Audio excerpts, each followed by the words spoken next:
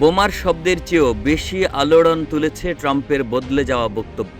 ইরানে হামলার পর একবার পারমাণবিক কর্মসূচি ধ্বংস, আবার শাসন পরিবর্তন।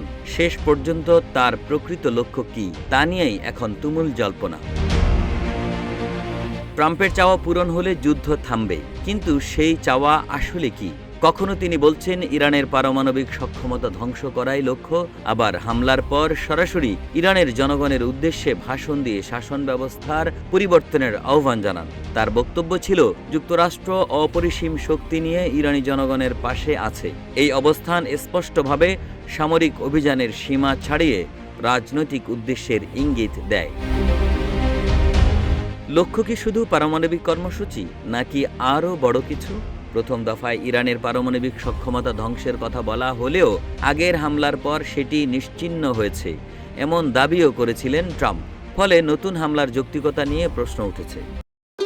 ভবিষ্যৎ হোক নিরাপদ, বিনিয়োগ হোক বিশ্বস্ত, আর আমার পছন্দ সল্ট বে। ওয়েলকাম টু সল্ট বে। পরবর্তীতে তিনি জানান, ইরানের ব্যালিস্টিক ক্ষেপণাস্ত্র থেকে শুরু করে মধ্যপ্রাচ্যে তার প্রভাব সবকিছুই এবার যুক্তরাষ্ট্রের নিশানায়।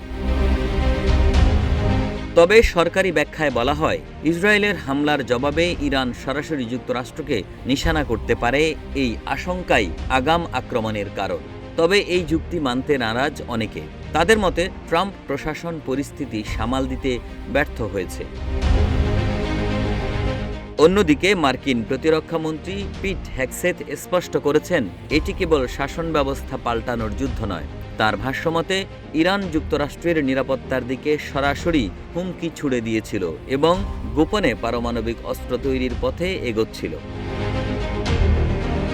সাবেক প্রেসিডেন্ট বারাক ওবামার সময়কার চুক্তিকে তিনি ব্যর্থ ও বিপজ্জনক বলে উল্লেখ করেন। তবে এই অভিযান শেষ পর্যন্ত কোন সাফল্য এনে দেবে সে বিষয়ে তিনি নির্দিষ্ট কোনো পরিকল্পনা তুলে ধরেননি।